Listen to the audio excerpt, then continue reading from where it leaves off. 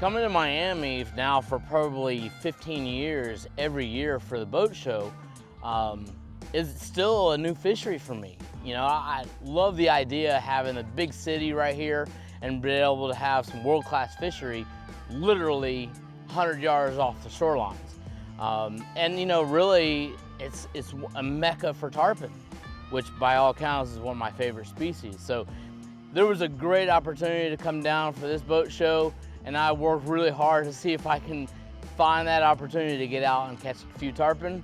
And Nestor had the window open, and we had to pull it off. Let me just tell you, it's probably no secret that tarpon is probably one of my favorite species, and I spend the majority of my season, like you do, chasing them. Yeah. And I've never been to Miami to catch tarpon, and I am pumped. It's gonna be a fun night, Jay. Yeah, man. I literally have watched you and a lot of guys, you know, we've known for years, tarpon fishing down here, day or night. Yeah, there's a right time of year, and we're on a pretty good moon now, aren't we? Yeah, we got the moon. Like I told you last night, the shrimp are flowing really good. Yeah. So I mean, we should have the same scenario tonight. That's clearly going to be their main diet right now, right? This time of the year, it's mostly shrimp. Yeah. You know, that's why they make their way down here. So. Yeah, right on. Tarpon fishing as a whole for me has been really my absolute passion. You know, it's when I first moved to Florida from Ohio, the one thing that really, you know, captivated me right out of the gate was the Silver King, the tarpon. Fishing for juvenile tarpon certainly is something that I enjoy back home. You know, we're not always fishing on the lights of multi-million-dollar yachts, but if you happen to go by multi-million-dollar yacht, lights under the water, bunch of tarpon in there, why not make a few casts, right?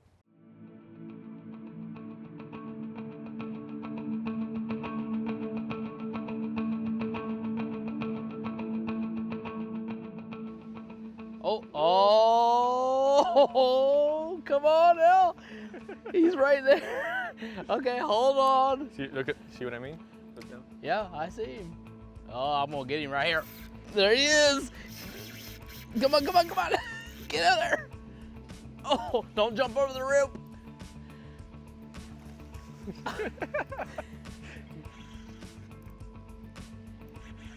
Oh, yeah. Look at his buddy. Yeah. Oh, yeah. He's got two buddies. He's got two buddies. They're right under the back of the boat. When you hook a juvenile tarpon, it's for sure gonna jump. And you know, I tell people all the time, for them, it's fight or flight. So most generally, they'll pull and try to go down. If they realize that there's a little bit too much pressure that way, first instinct is send it to the air. And that is where most anglers lose them. Maybe they weren't buttoned quite as good as maybe what you'd hoped. Yes! Okay. Dude, that was awesome. Let's see what he did to that leader. Man,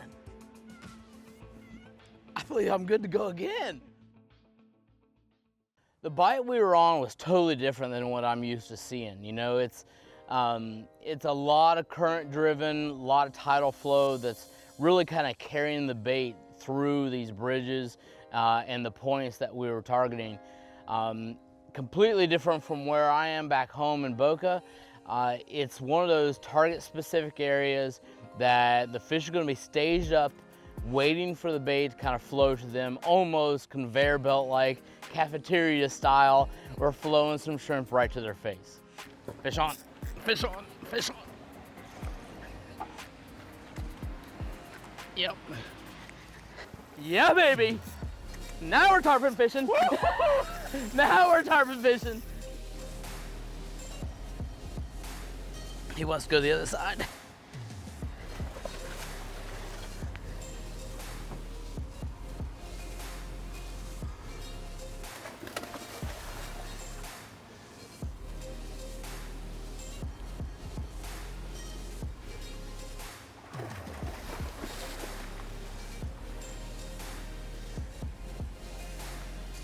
Uh-huh. I believe he is hooked right where he needs to be.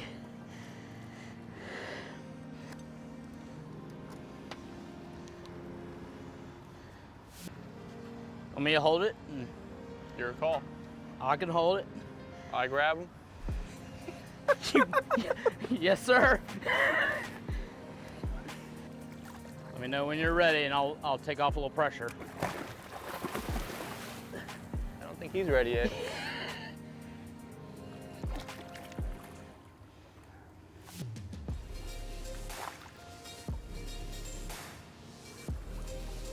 Look at there, huh?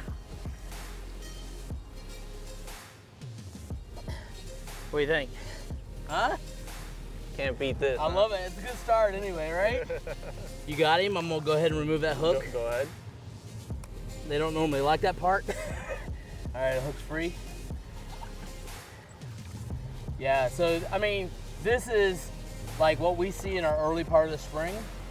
All different sizes in here. Anything in between. I mean, what, 40?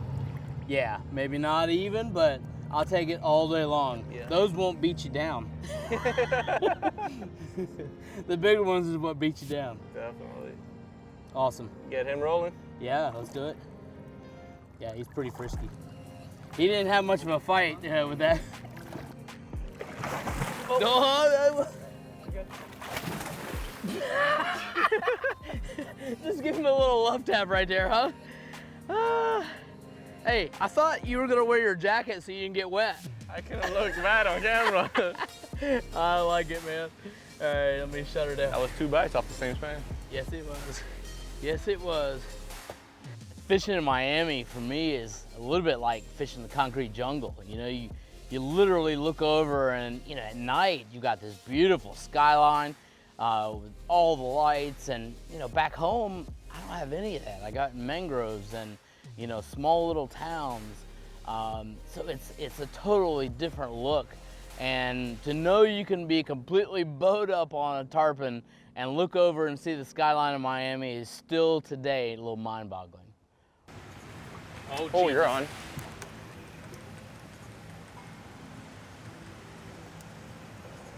Yeah, I still got him. I still got him.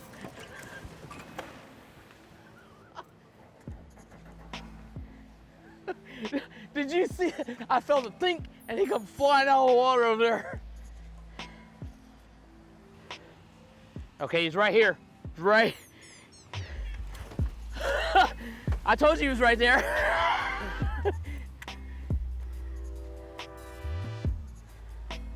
Into the boat, Jay? He is going right here next to us still.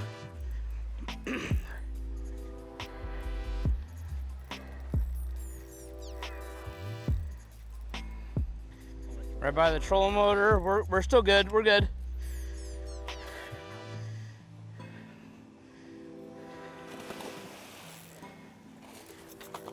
Oh, almost didn't have enough line on that one.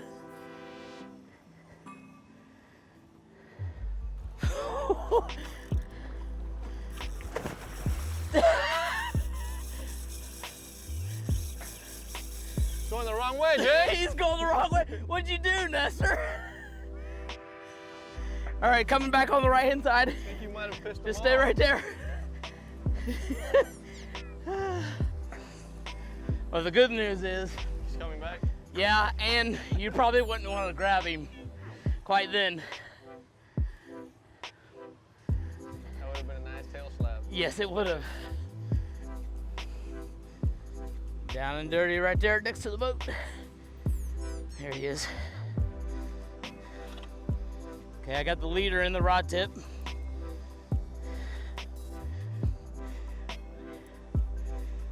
There she is. Nice. Try to keep her head up.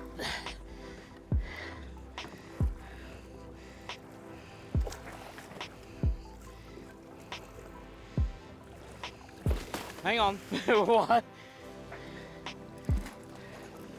Nice. Showing off a little bit now, is she? I'm gonna get on the other side of you, Nestor. Feisty, is she? Clearly, the most rewarding part beyond, you know, seeing him jump and the fight is the final face grab. You know, and a lot of times, you know, I've heard people say, well, I just want to jump them off.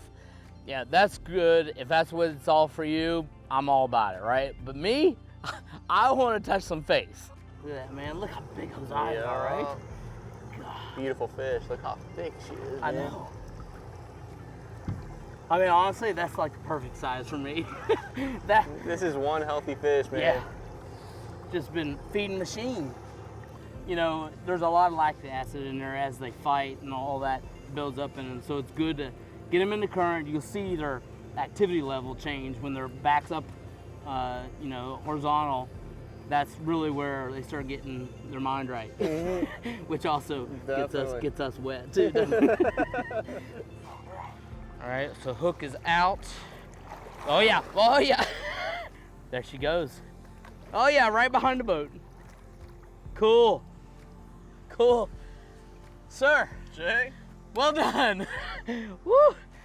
Old Nestor, I tell you, that dude knows his game.